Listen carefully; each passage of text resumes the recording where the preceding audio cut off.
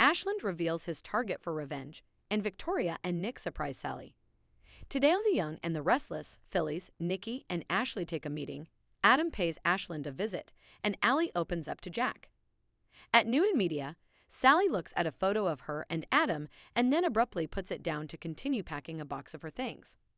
Victoria and Nick re-enter the office and Sally assures them she's leaving now. Nick and Victoria reveal they've decided to keep her on, at least in the short term. Sally asks, "What's the catch?" Nick says some of her ideas have real potential and they'd like her to see them through. Victoria explains they'll consider her an interim CEO for 90 days and then evaluate her performance.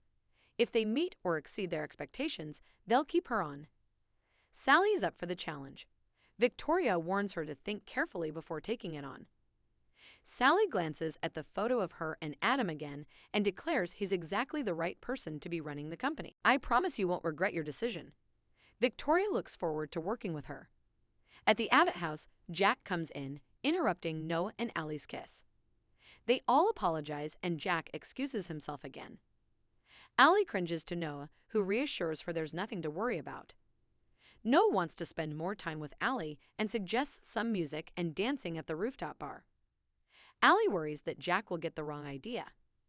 Noah asks, "Jack or me?" Allie reassures him and accepts his invitation. He leaves after she pulls him in for another kiss. At Society, Phyllis heralds the first meeting of the Disappear Diane Club, or the Jettison Jenkins Foundation. Nikki reminds her it's a dire situation. They have to get Diane out of town before she harms anyone they love. Ashley asks how they make it happen. She muses that Kyle is the only one with influence over Diane. Nikki feels they have to make him see his mother can't be trusted. Ash asks if Phyllis can talk to Summer. Phyllis explains that her daughter won't listen since she gets emotional when it comes to Diane.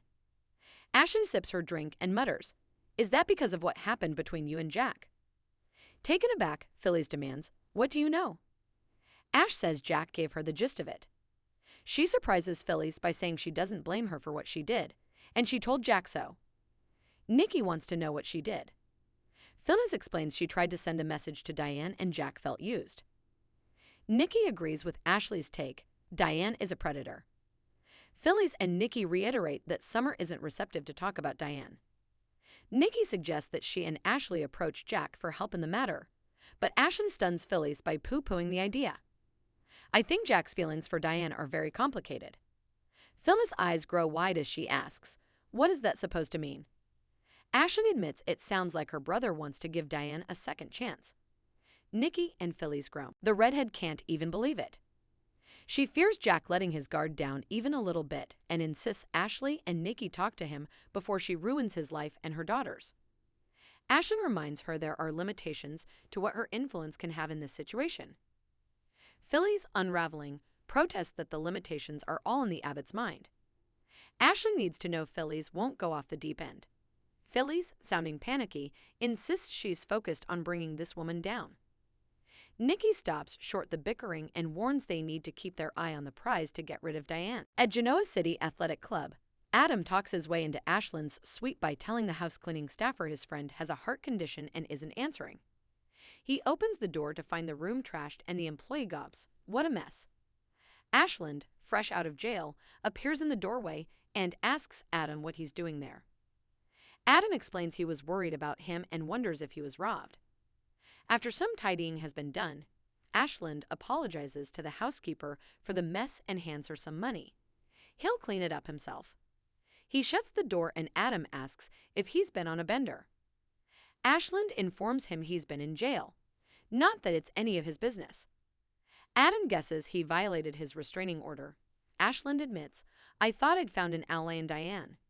Adam tells him if he'd asked ahead, he'd have advised him against that. "No one has ever trusted her without living to regret it, including me." Ashland gives Adam the rundown on what happened in the park and relays that he's pretty sure Victor was behind it from the beginning. Adam asks, "What do you intend to do about it?" More, Skyle marriage set to blow up in 3-2. At Newman Media, Victoria tells Sally she should hire a COO with extensive experience in the media business. They volley some names about. Sally informs them she's already offered the job to someone, and they've accepted. Chloe Mitchell. Victoria points out the idea is to hire someone who makes up for her lack of experience. Sally makes her pitch in support of Chloe. Victoria agrees that this will be the first test of her judgment. She and Chloe can rise or fall together. Nick urges Sally to reach out to either of them if she needs anything, and Victoria guesses that Adam warned her not to trust them. She's hoping by now she'll see that she can't take everything he said at face value. Sally muses that he told her she'd regret getting involved with him, that much is true. Victoria notes that Adam has a way of turning on everyone eventually. At least she has this opportunity now, which wouldn't have happened if they were still together. Sally finds it one hell of a silver lining and promises she'll come through for them. They walk out and Sally sits behind her desk, shaken. In Ashland's suite, he wants Adam to leave so he can clean up. Adam notes he can't let this latest provocation go unanswered.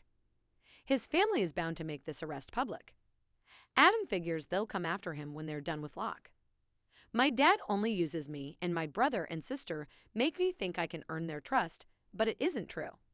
Ashland guesses he's now rooting for him to tear them to shreds.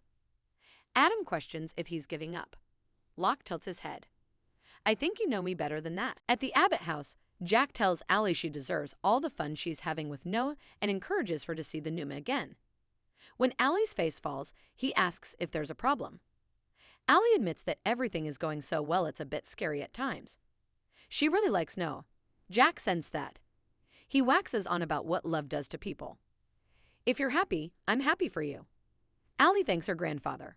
At society, Ashley tells Nikki and Phyllis if they're going to change Kyle, Summer and Jack's minds about Diane they'll need to give them evidence. Nikki reports that her investigation into Jenkins' activities in Los Angeles came back clean, but she's not giving up. Phyllis muses that the only one they know of that she scammed in LA was Allie. She relays that Diane accuses her of trying to use Allie to try and get back into Jack's life. Ashley calls her a hypocrite. Nikki thinks Diane was projecting and wants Allie as her ally in the house herself. This worries Ashley, who decides she'll say something to her grandniece. In Ashland's suite, Adam admits he's there because he needs someone to talk to, an ally, however tenuous. Locke asks why he doesn't talk to MS Spectra.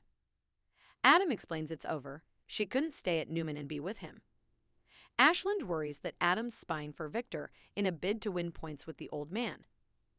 Adam understands why he's skeptical, but he's done trying to impress his father. Anything to do with the Newmans, I'm out. Ashland leans forward. That's exactly what Victoria said before she took $250 million of his money and transferred it into her own account.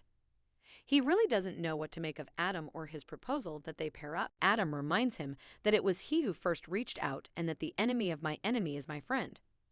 Locke asks if Adam were in his shoes, what he would do. Adam would wreck everything. I would burn it all down to the ground. At society, Nikki, Phyllis, and Ashley part ways. Nikki will keep them posted on her investigation. Ashley is going to check in with Allie, and Phyllis is going to stay out of Diane's path. Victoria and Nick walk in and stop short at the sight of the trio. Nikki's kids remind their mother not to use the charity meeting excuse, the last time she did, that they were trying to hide a body. Phyllis stammers, "Body? No, that's crazy. No bodies involved. We're working on a beautification project for the city." With that, Ashley and Phyllis rush off. Nikki insists to her children it's really nothing. Nick just hopes it doesn't get her into trouble. They update her on their decision to keep Sally on and why. Nikki will trust their judgment, but she has a meeting and walks off. Nick and Victoria puzzle over why the three women were together. Victoria is just happy not to be a part of it. She's more concerned about Adam right now. If he really did break things off with Sally, he'll be even more emotionally unstable. In Ashland's suite, he asks Adam what exactly he would do to burn it all down. Adam thinks it's obvious if you want to hurt his father, you have to hint the business, his life's work, and legacy. He thinks Locke is perfectly positioned to pull this off given his history of dismantling companies. Ashland muses that was business.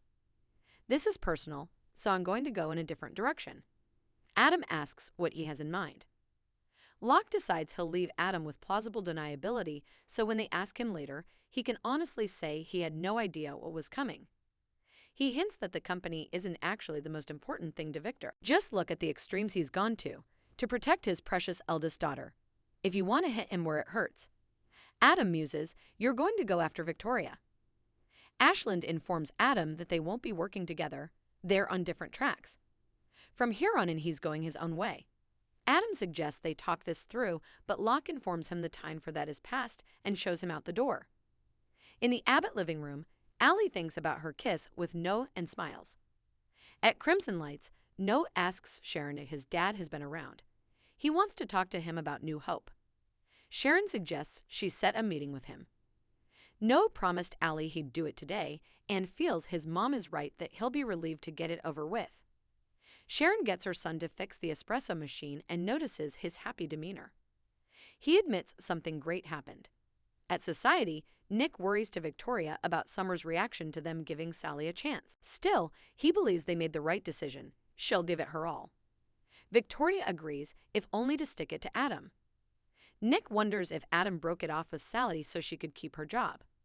Victoria asks if he's suggesting their brother did something noble and unselfish. Nick notes it wouldn't be the first time. More. Adrienne France gives health update on baby Killian. Adam arrives at Victoria's office and finds it empty. He pulls out his phone to call her but stops. Just then, his phone starts ringing. It's Sally. In her office, Sally leaves Adam a voicemail saying they need to talk. She meant what she said. If he only broke up with her so she could keep her position. She doesn't want the job. I want the truth. At Newman Enterprises, Adam listens to Sally's message, sighs, and looks sad.